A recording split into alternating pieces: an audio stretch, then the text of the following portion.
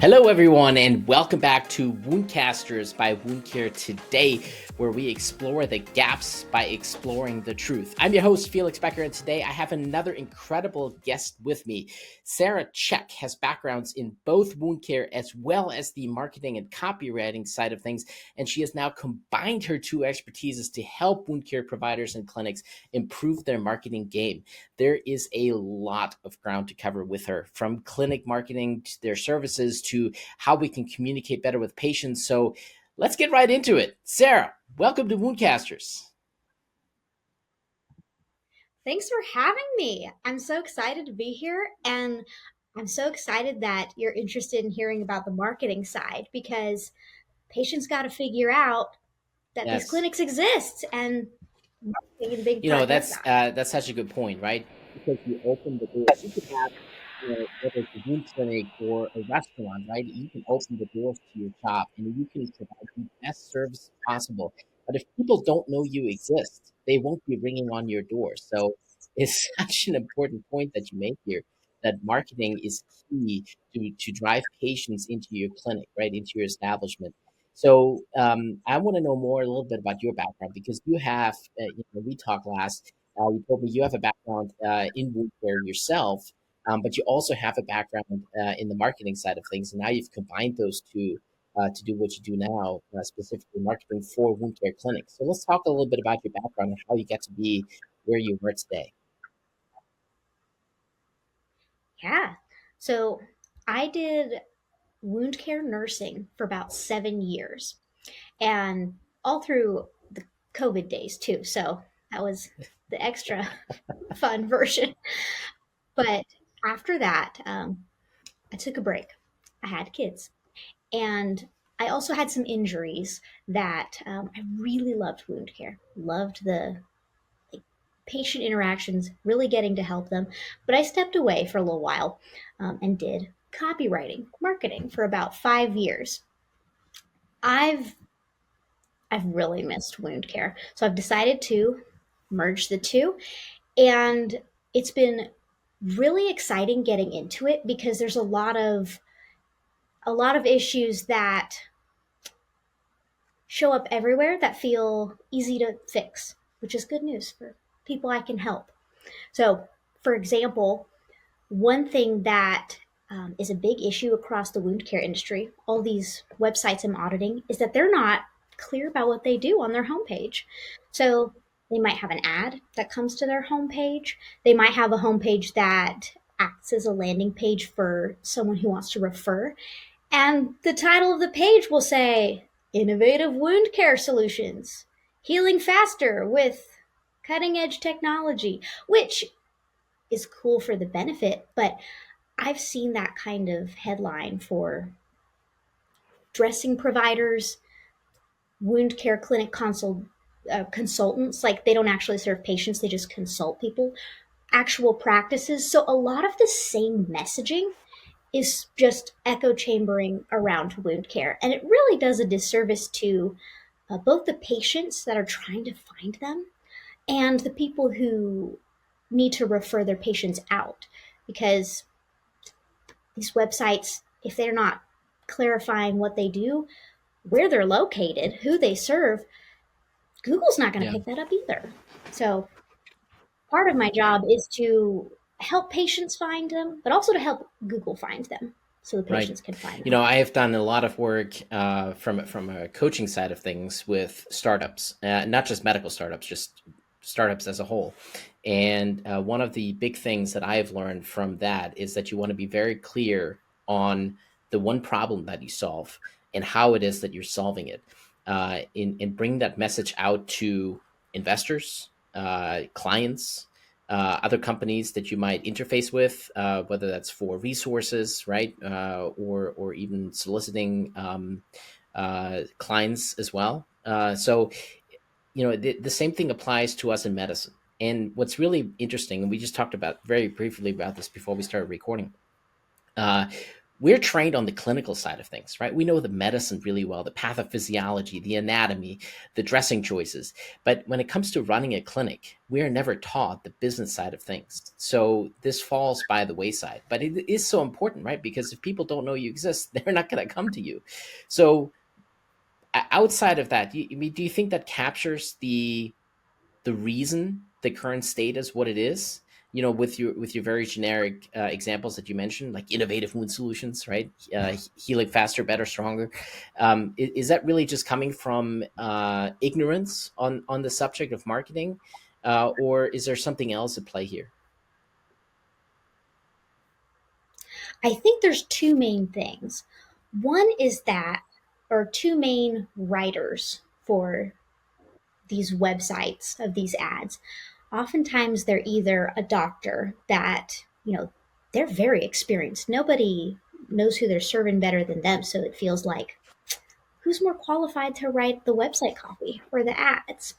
Um, but like you were saying, that's a clinical side. A lot of the writing that these doctors or even nurses or nurse practitioners put out is it's for a chart. It's like a legal document. So writing for marketing is kind of like the difference of acting for Broadway versus acting for a like an Oscar winning movie. Like you wouldn't they're both the right acting, but you wouldn't use one for another. Like for marketing, you need a clarity to talk to people that a chart doesn't need. Or you need clarity in a chart, but you do need the details. You need specificity in a way that actually would hurt you uh, in marketing. Like the the second thing I see that's a big problem, besides physicians that are writing from a really like a clinical kind of writing, is that an agency will take over for this company.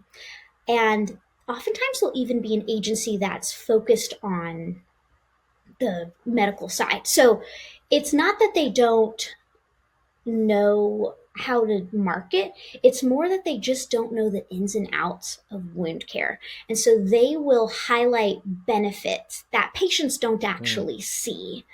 So, one way I see that a lot is that um, these websites or these ads will have a high focus on getting your wound healed. Like, that is going to be the number one thing in your world, right? You have a wound, you want it healed. But we know, from a clinical side, that is not always what a patient right. wants. A lot of times, the wound is just an obstacle to something they want. So they may have a wound, they're like, I just really want to get this healed so that I qualify for the knee replacement that I want because I'm in so Mm, much pain. Or I want to get my foot ulcer healed because I want to walk my daughter down the aisle in shoes that aren't, diabetic, boxy shoes or a total right. contact cast. So for a lot of patients, they have goals that are not as obvious as simply healing the wound. So once they see marketing verbiage that's like, get your chronic wound healed, or, we've got advanced solutions for chronic wounds, it's like, it doesn't resonate. It's not aligned with their Yeah, goals. and that's I think that's a common threat that I have come across in the medical world, that the clinicians simply speak a different language than patients do. And that leads to a lot of miscommunication because the language we speak, the way we speak, the way we were trained to look at problems, the way we were trained to solve problems, it may be very different than what the patient perceives the problem to be, the solution to be, and so there's a bit of a miscommunication there. So how does that, when you look at your clients, for example, when you're trying to up their marketing game, let's just start with the basics. I think we kind of already covered it, but what do you think is the number one problem that clinicians make when they try to do their own marketing?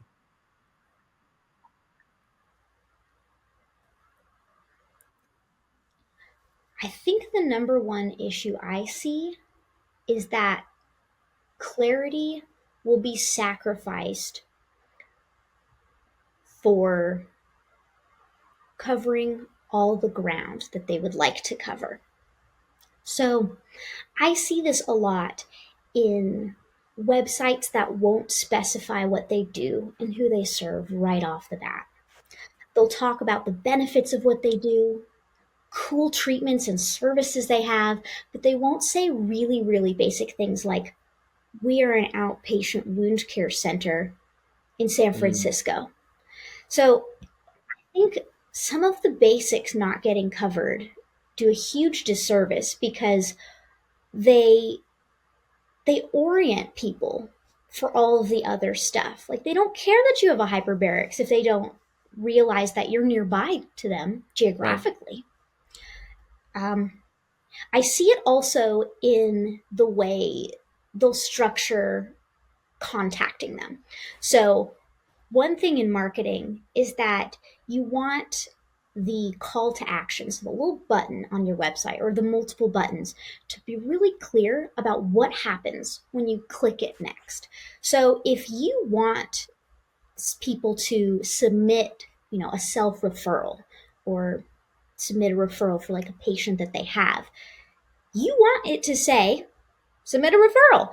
A lot of these wound care companies will actually be like, learn more, contact us, something Mm, really vague. So it seems nice and to the point, but it's kind of like a date where someone's like, I don't know, where do you want to go? It's like, oh, contact us. I don't know, whatever you feel like. When in reality, they would like them to contact them to submit a referral. So those are the top two things that I see. Not being clear, like on that very, like before you scroll down that header, and not being clear yeah. on that Do button. you think? How do you think? You bring up an interesting point with the referrals, and so I want to ask you about that. Do you think clinicians who have wound care clinics who try to do their own marketing make more mistakes when it comes to the patient facing side of things, trying to solicit clients, or they make more mistakes with the referral side of things where they're trying to interface with other physicians, other providers, other healthcare professionals who might refer patients to them? Do you see more problems with one or the other, or are they both equally disastrous? They're really intertwined, so it's hard to Okay. pull them apart.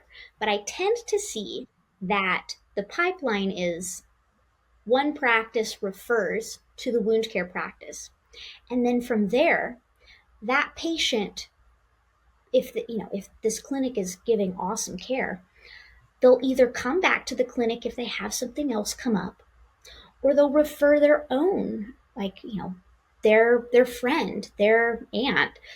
So mastering, I think it's twofold. Clinicians can benefit a lot from the referral side, like marketing to people that'll refer out to them. But I think the big thing that they'll miss is the patients they already have.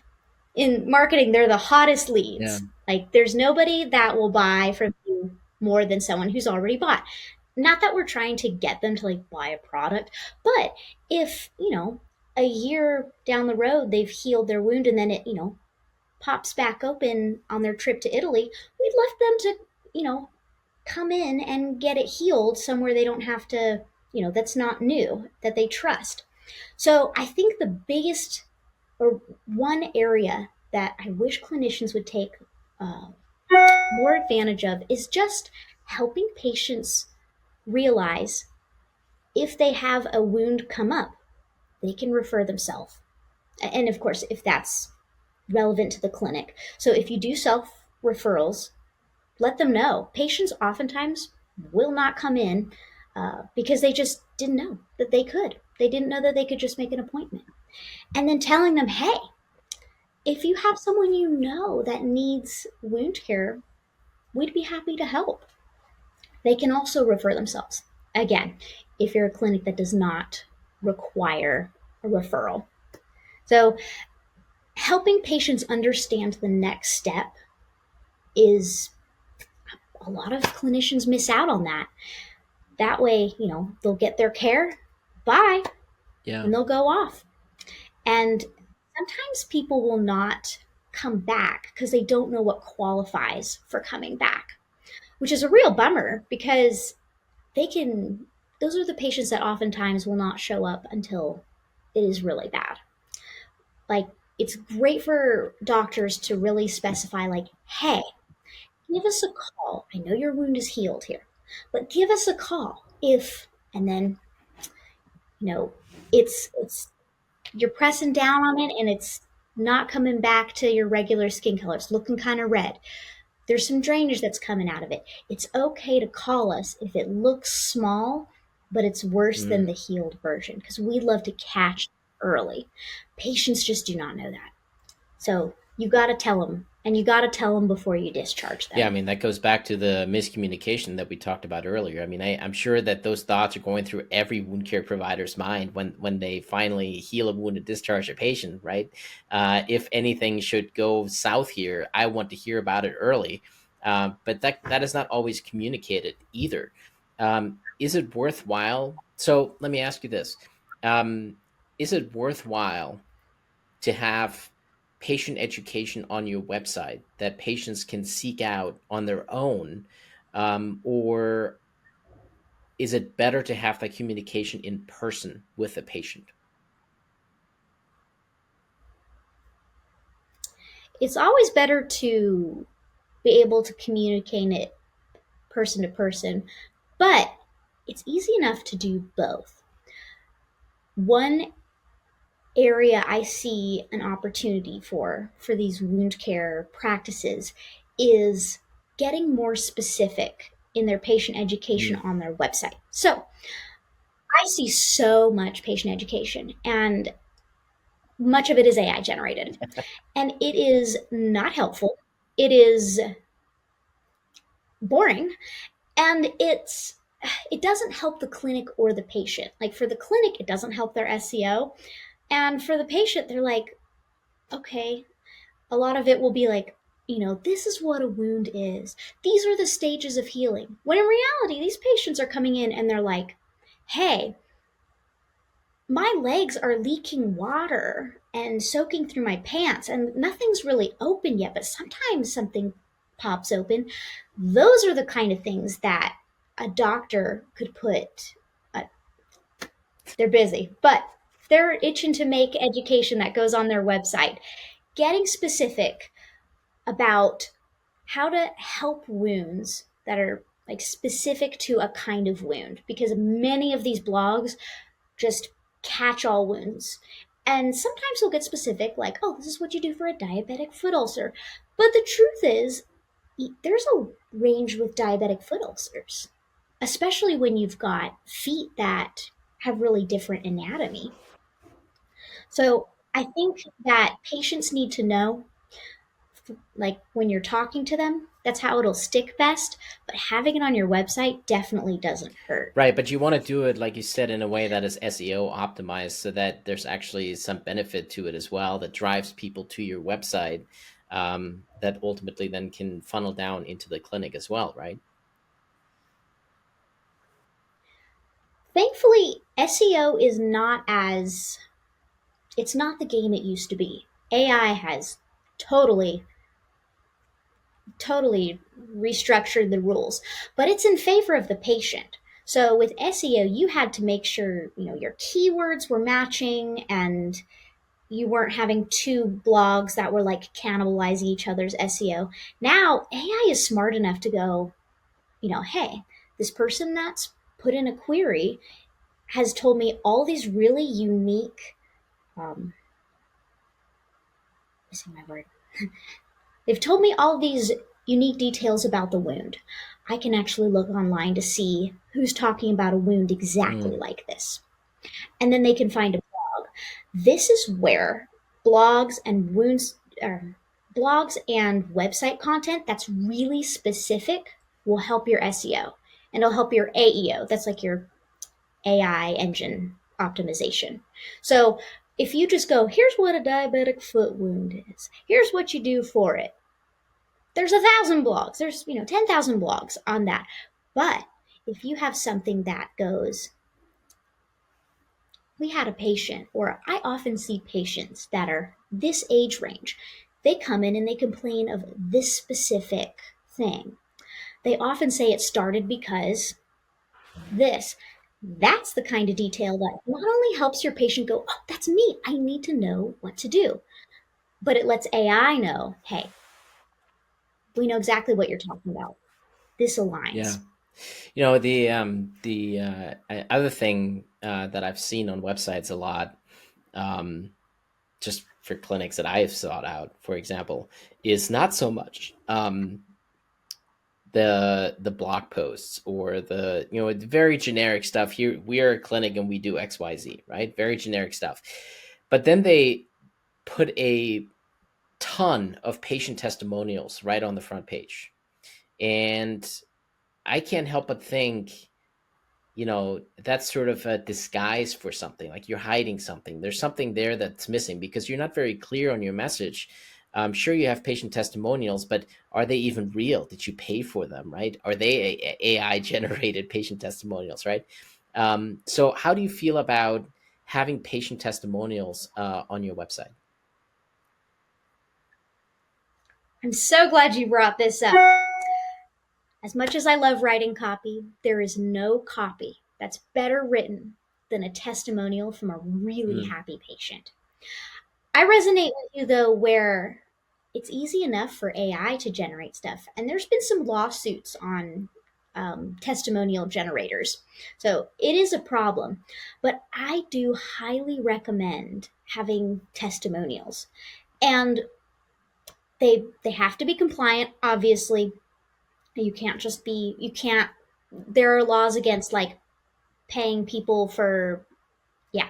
So let them voluntarily give them to you. You can ask for them, but they really speak to not being AI generated when they have the specifics of how they were hurting before and what you helped. So, one thing I recommend to people who are trying to get testimonials is asking a patient or asking someone that, like a practice that they're helping, it's like, what was the problem you had before we were able to help?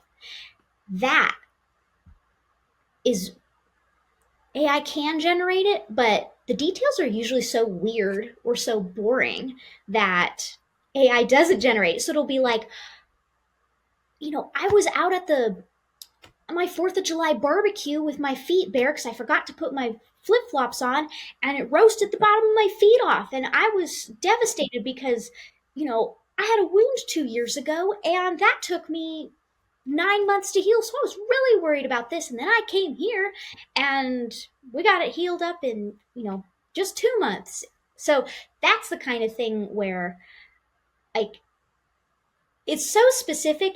And a lot of times patients just have the same experiences. So they'll see a testimonial like that and be like, that's exactly what yeah. happened to my feet. Like, we think of these weird scenarios as so unique, um, but or the patients often think of them as unique, but as clinicians, it's like we've seen a million people who came in and their leg was swollen and it was weeping, and they have to sleep in a recliner when they go to sleep. Like, we know it's kind of obvious that congestive heart failure and venous stasis ulcers can go hand in hand. Not to a patient. And to a patient, we could educate them on that, and it's worth educating them for, especially if it's relevant to them. But they're going to connect the dots way faster if they see a testimonial from someone who had the same Yeah. thing happen to them. You know, that's all really awesome stuff. Let's say you have a fantastic website. It's all SEO optimized. Um, you have the testimonials on there. You have a blog with all the specific and relevant information to the various patients that you treat. Um, but people still might not find it, right? Because it's a passive thing. Like people have to go out and search for very specific keywords to even find your website. What can we do on the active side of things, of active reach out to potential patients, to potential clients, right? I'm thinking about all the credit card offers I get in the mail every day, right? They're actively reaching out to me and saying, "Hey, here's some free money that you can use," right? Or real estate investors that send out mailers saying, "Hey, I want to buy your house," right? These people actively going out and soliciting the business. What can we do on the active side of things as wound care providers to improve our inflow of patients, to improve that funnel, to drive people into our clinics, to drive people to our website to utilize our services?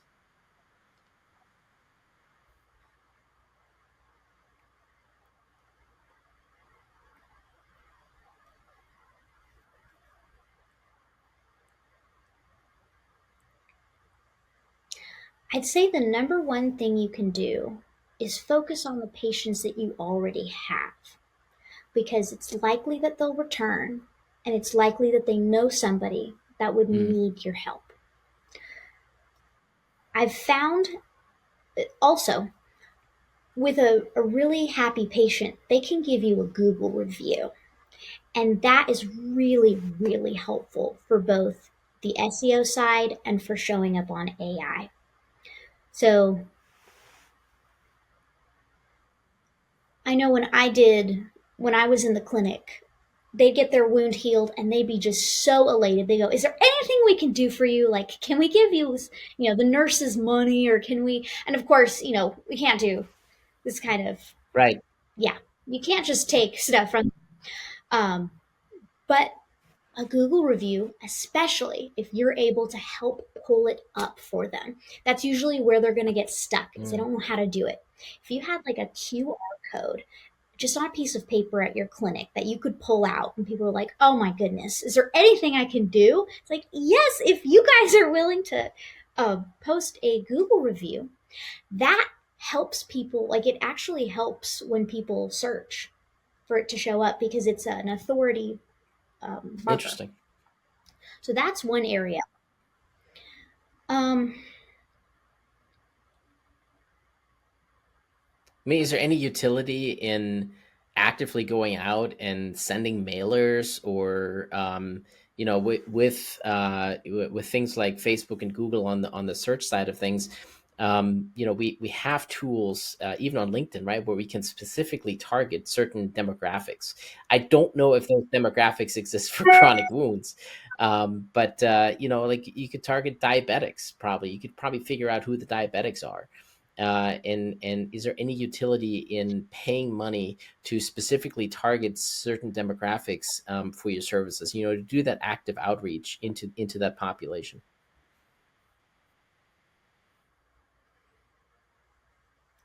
I think I think there is. It's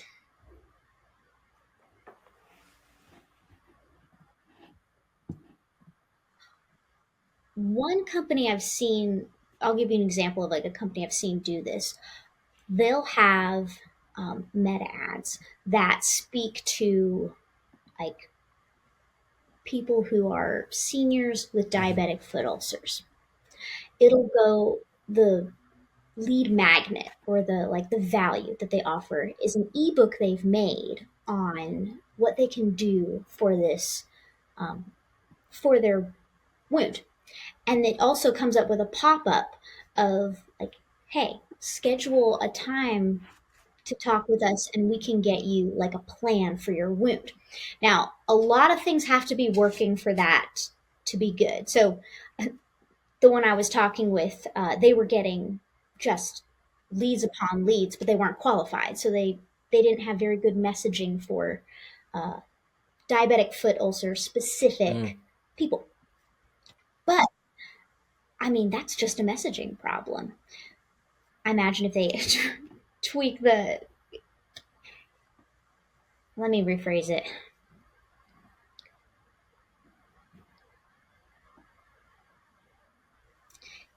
In the past, the ad to a lead magnet to a scheduled call for like a consultation, it has worked in the past. AI is really disrupting that though, because people will just go on a chat GPT or even Google, since it has the AI suggestions, and they'll put in the problem that yeah. they're having. For that, for people who are clinics, it's really important that the location is highlighted. So it'll be kind of like an ad that you don't have to pay for. If you're able on your website to really clarify, like, we are in Sacramento, we're in this side of Sacramento, and you also talk to the counties that you serve, AI picks up on that. So when somebody says, "Hey, I have a wound," they don't even need to say where they're from. Like, that's their their location information tends to be cached anyway. So being really clear on the people you serve is it works with ads and it works with organic content. Um, Ads are not doing what they used to, so I don't want to speak to or give advice that is not Yeah. going to help. But if there's anything I would suggest, I would say websites that their location is just really front and center. Um, like, and especially if it's in the H1 format, heading one. So that very first bar on a website that says, where it usually says innovative solutions, blah, blah, blah. If it says like outpatient wound care in Sacramento, have that in the H1 format. When crawlers like the Google crawler or the Chat GPT crawler come to your website, that's basically what comes to see, like, hey, should we feature this for our person's query? When they come, they are prioritizing things based on your H1, H2, H3s. So H1 says, this is the foundation of what we do. This is like, if we could boil it down, this is it. So more than ads, I would suggest just clarifying what you do and not the benefit. Like, of course, you're getting wounds healed, but like that you're a clinic, where you are on that H1 before Yeah. they have to And scroll. I just want to clarify to the audience when we're talking about H1, H2, H3, those are HTML coded headers. So H1 is the top header, H2 is the one below that, H3 is the one below H2, and so on and so forth. So that's the HTML coding specific header sizes that we're talking about for all those non geeky non coders out there.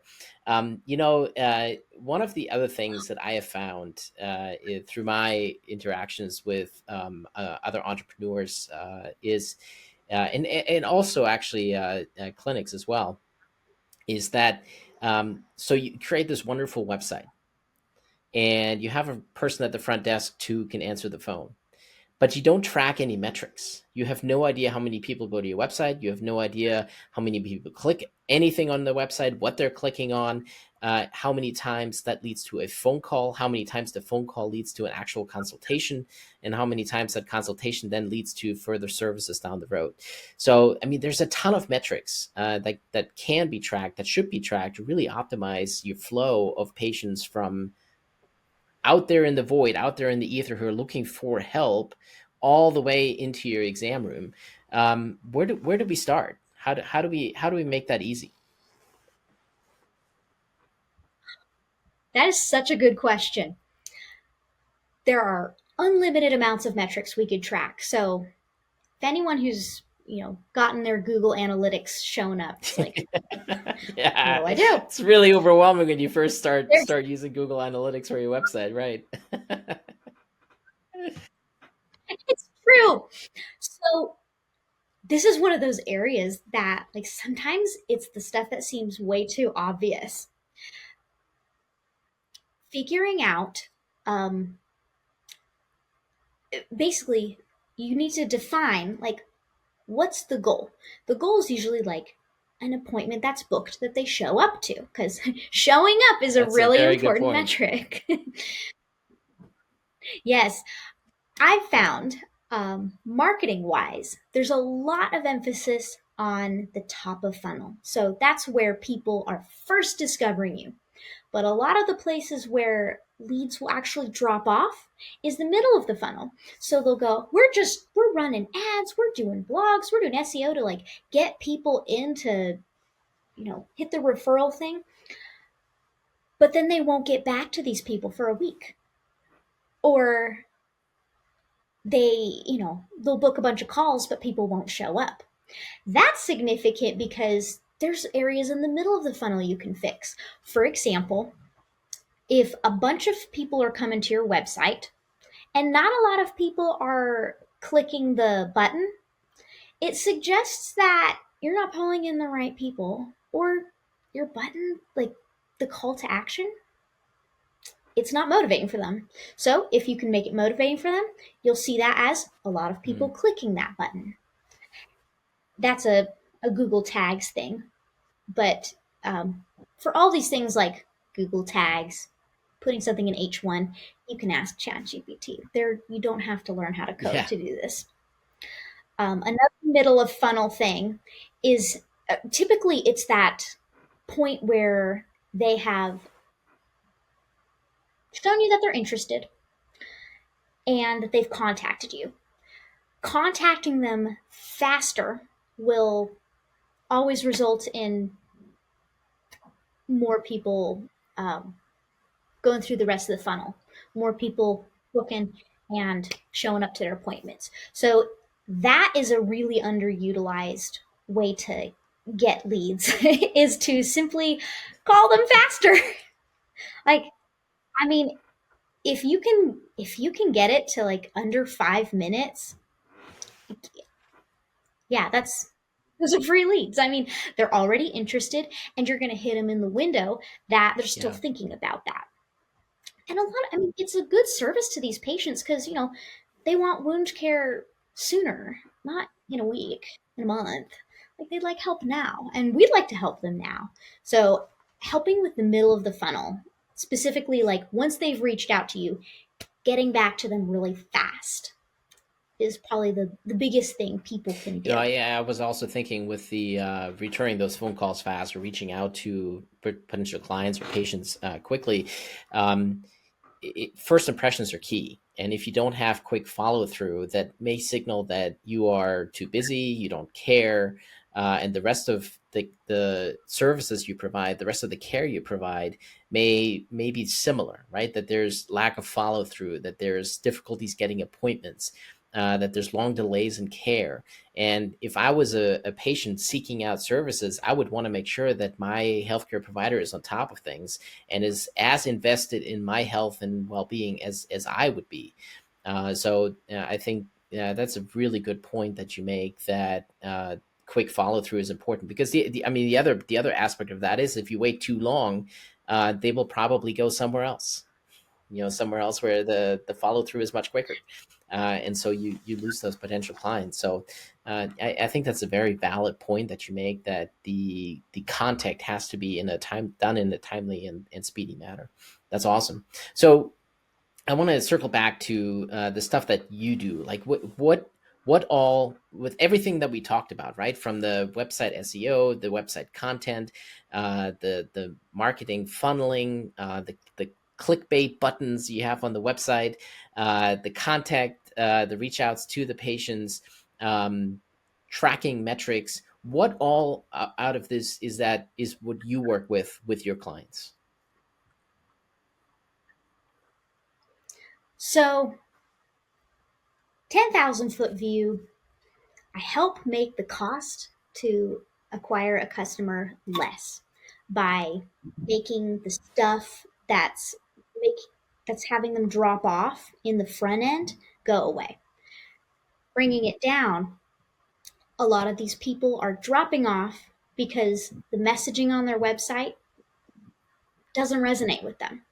So I go in, I look at the funnel, I see where leads are dropping off, and I fix where they're dropping off. And it's usually the messaging. It can be on an ad, it can be on the website, or it can be on a landing page. It can be even as high as like LinkedIn posts for people who are just trying to establish authority. So I'll ghostwrite. I listen to people talk about what they do in their company, who they serve, uh, and then I make it into a beautiful website. I find that a lot of people I've worked with or am working with have worked with an agency before and have been really bummed out because they got stuff that was like it was good, like it looked nice and it was professional, but it didn't help. I mean, worst case scenario, some of them are like, they just gave us garbage. But I'm here because I would love to help people in the wound care space get clients. And more than that, get the clients to the practices that can help them. And it usually starts with the copy or the words that are out there on the internet. Yeah, that's awesome. So how can people reach out to you? How can they connect with you? How can they learn more about you and maybe even work with you? Well, I'd love to connect on LinkedIn.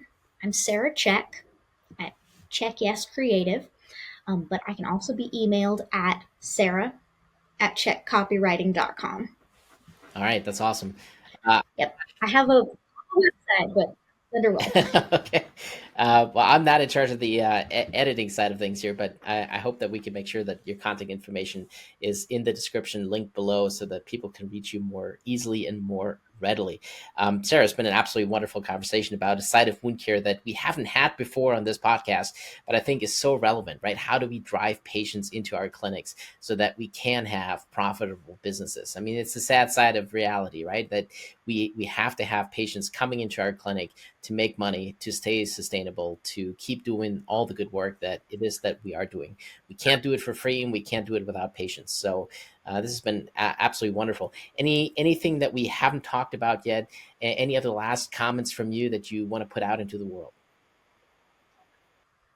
If I could say one thing to the doctors giving great wound care, it's that the posts you make on LinkedIn about really specific cases, obviously, don't break HIPAA, but really specific cases, what you did, what you saw, or things you see in clinic, those are really helpful for patients. Not necessarily because they will see your LinkedIn. That's not, where the patients are usually hanging out. But AI loves citing those. When they know that you're an expert, it doesn't matter if you only have 2, 3 likes on a post. It'll still pull them when people are asking. Like when they're on ChatGPT and they're talking about their wound, it'll pull up LinkedIn posts from experts, and those experts can be you. So, for doctors who are like, how do I help build my authority to I find more people that can refer to us, or even just to help patients get better information, LinkedIn posts can be really helpful. And there we go, right back to LinkedIn, which is where you and I first connected. So this is awesome. This is full circle. Yes. That's fantastic. Well, listen, this has been an absolutely fascinating conversation, which we sadly have to bring an end to for today. Thank you all for spending some time with us, exploring this gap, exploring this truth. We obviously want to hear your thoughts, comments, and reactions to this conversation. So please reach out through our website at wct-us.com. You can also leave a comment or DM on LinkedIn, as we just discussed. And if there are any particular topics you want to hear about or guests you would like to see on the show, please connect and contact us. If you're listening to this on a podcast app, be sure to subscribe and leave us a 5-star review so others can find this content more easily. And if you like this particular episode, why not share it with a friend? Also, don't forget to check out our website at wct-us.com for lots more educational content, and be sure to tune in next time as we explore yet another aspect of the challenging and rewarding field of chronic wound care.